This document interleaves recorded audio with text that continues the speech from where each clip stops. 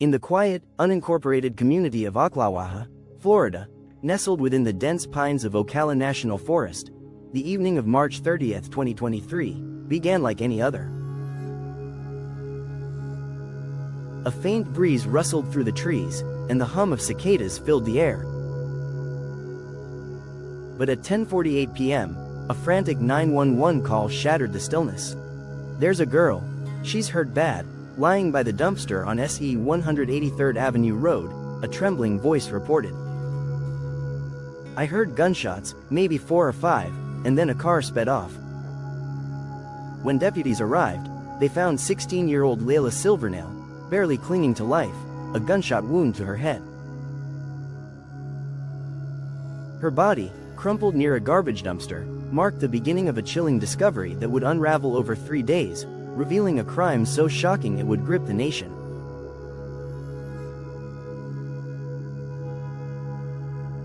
Who could commit such a brutal act in this close-knit town? The answer would be more horrifying than anyone could imagine: a 12-year-old boy named Christopher Atkins, now one of Florida's youngest accused killers. How did a child so young become entangled in a triple homicide? Stay with us as we uncover the truth behind this haunting case, a story that will leave you questioning the boundaries of youth and violence.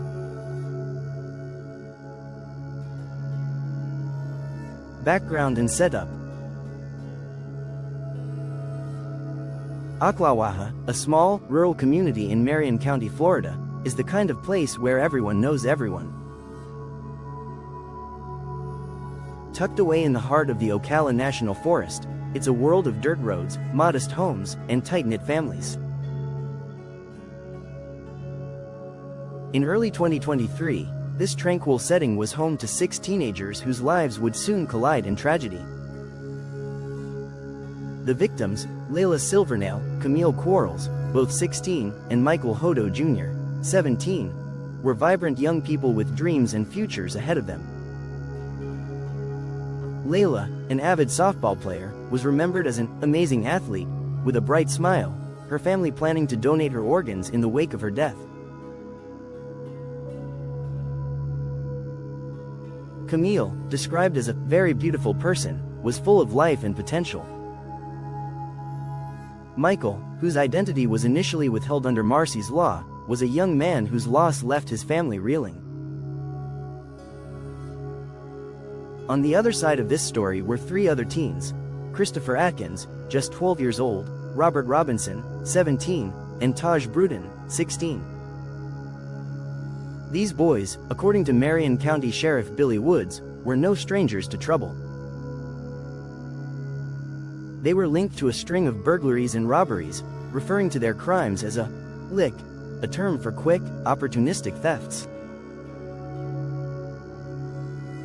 Sheriff Woods noted that all 6 teens, victims and suspects alike, were loosely associated with gang activity, though not necessarily driven by gang rivalry.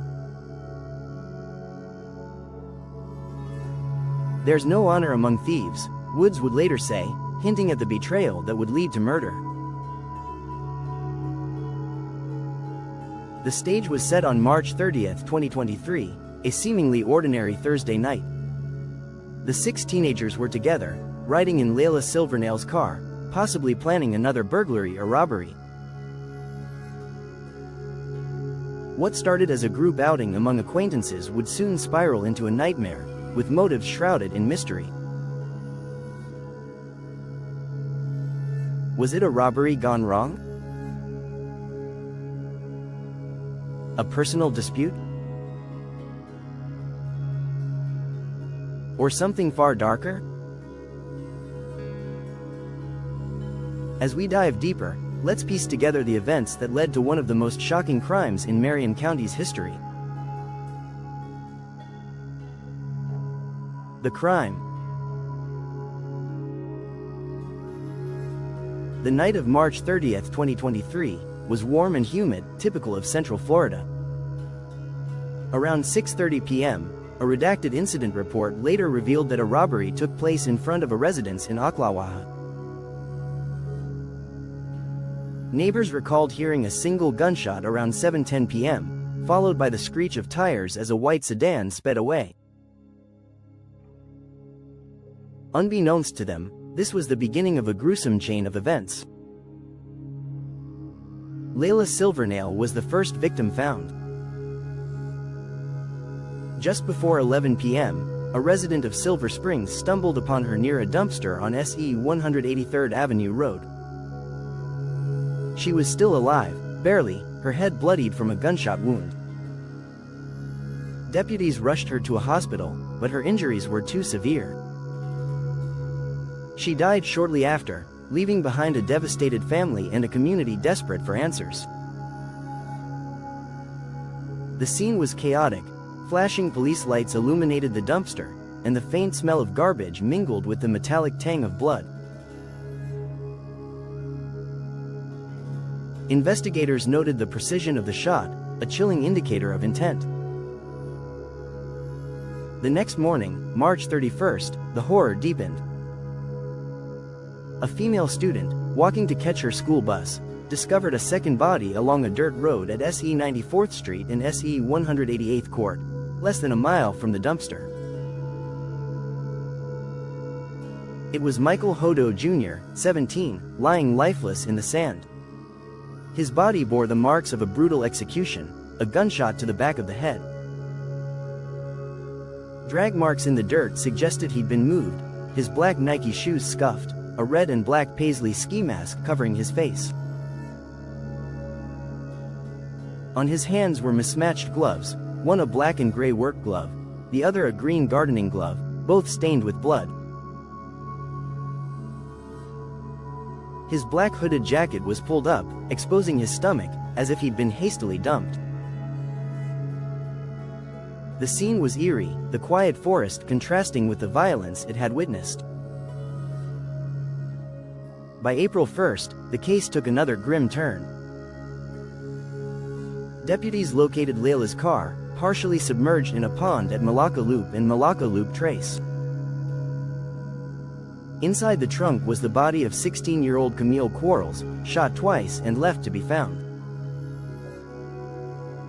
The car, now a watery tomb, held clues that would later prove critical: text messages, photos, and other digital evidence on the victims' phones. The three victims, all shot in or near Layla's car, were killed within a short time frame, their bodies scattered across a 5-mile radius. But why?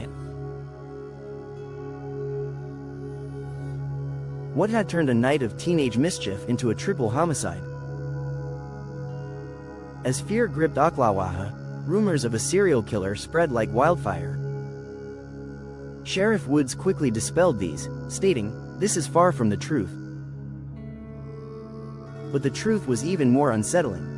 The killers were not hardened criminals but children, one barely out of elementary school. The Criminal Cold Cases Investigation. The Marion County Sheriff's Office, led by Sheriff Billy Woods, moved swiftly. The investigation was a collaborative effort, with the Florida Department of Law Enforcement and the U.S. Marshals Service lending support.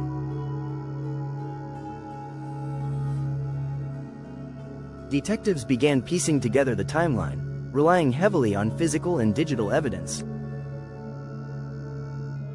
Phone records were a goldmine, text messages and photos from the victims' iPhones linked the suspects to the crime.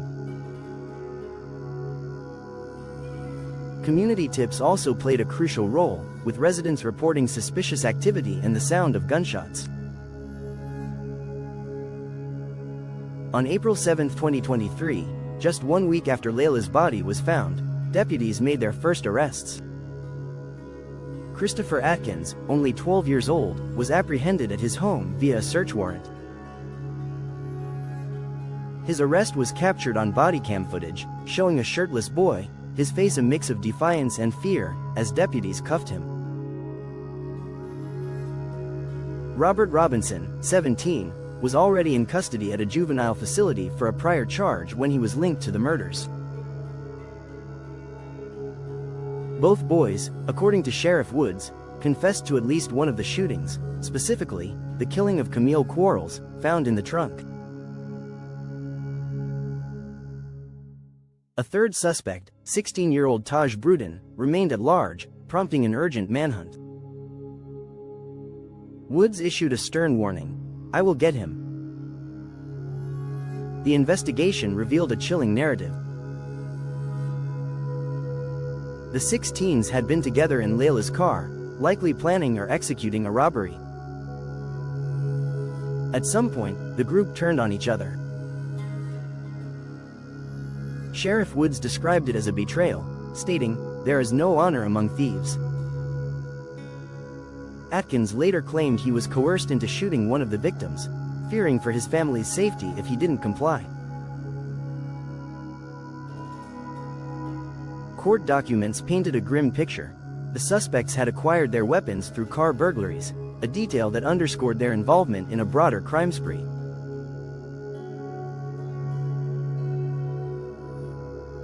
Detectives meticulously reconstructed the crime scene. The drag marks near Michael Hodo's body suggested he was moved post-mortem, possibly to conceal the crime. The mismatched gloves and ski mask he wore hinted at an attempt to disguise his identity or protect the killers. Layla's car, found in the pond, was a treasure trove of forensic evidence, with bloodstains and bullet casings linking the suspects to the murders. The precision of the gunshots, headshots for Layla and Michael, 2 shots for Camille, suggested a cold, calculated act, not a spur-of-the-moment crime. As the investigation progressed, the community grappled with shock and disbelief. How could a 12-year-old, barely old enough to ride a bike alone, be capable of such violence? Sheriff Woods was blunt in his assessment: "They took a life without thought. They deserve the full extent of the law." But questions lingered. Was Atkins a mastermind or a pawn? And where was Taj Bruton, the missing piece of this deadly puzzle? Let's pause here for a moment. If you were a detective on this case, what would you focus on next? The phone records, the missing suspect, or perhaps the motive behind this betrayal? Think about it as we move forward, because the answers are about to get even more complex. Outcome and aftermath. By May 16, 2023, the case took a significant step forward. A grand jury indicted all 3 suspects as adults, a rare and controversial decision given Atkins' age. Robert Robinson and Taj Bruton, who was apprehended in Lake County on April 8, faced 3 counts of first-degree murder each, along with charges of robbery with a firearm and tampering with evidence.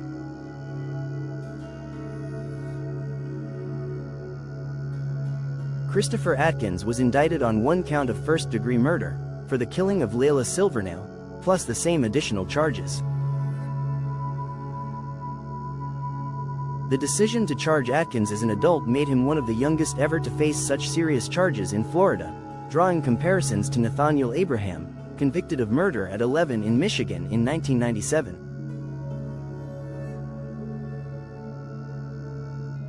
The legal proceedings were fraught with emotion. On April 30, 2025, Christopher Atkins, now 14, pleaded guilty to first-degree murder, robbery with a firearm, and evidence tampering. As part of his plea deal, he agreed to testify against Robinson and Bruton, whose trials were scheduled for July 28, 2025. On July 22, 2025, Atkins was sentenced to 40 years in prison, with the possibility of parole after 25 years due to his young age.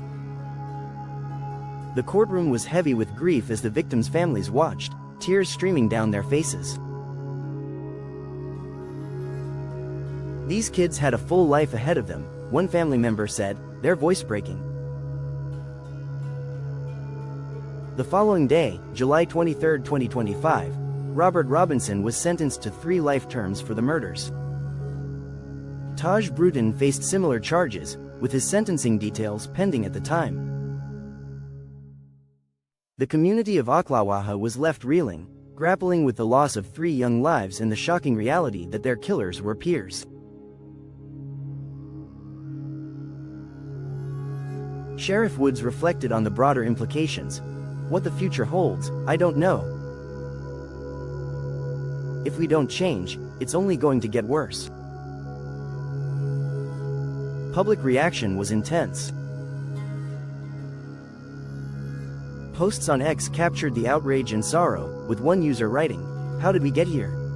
Broken." National media outlets, from CNN to the Daily Mail, covered the case, highlighting the growing issue of juvenile crime. Sheriff Woods dismissed calls for stricter gun laws, arguing, "The gun didn't commit the crime. These boys did." Yet, the case sparked debates about accountability, gang influence, and the justice system's handling of young offenders. The legacy of the case is one of heartbreak and unanswered questions. Why did these teens turn on their friends? Was it greed, fear, or something deeper? The families of Layla, Camille, and Michael continue to mourn, their lives forever altered. Layla's organs were donated, offering a glimmer of hope amidst the tragedy. But for Ocklawaha, the scars remain, a reminder of a night when innocence was shattered. Closing reflection. As the sun sets over the Ocala National Forest, the quiet of Ocklawaha feels different now, heavier, tinged with loss. The case of Christopher Atkins, Florida's youngest killer, forces us to confront uncomfortable truths about youth, violence, and the choices that lead to irreversible consequences.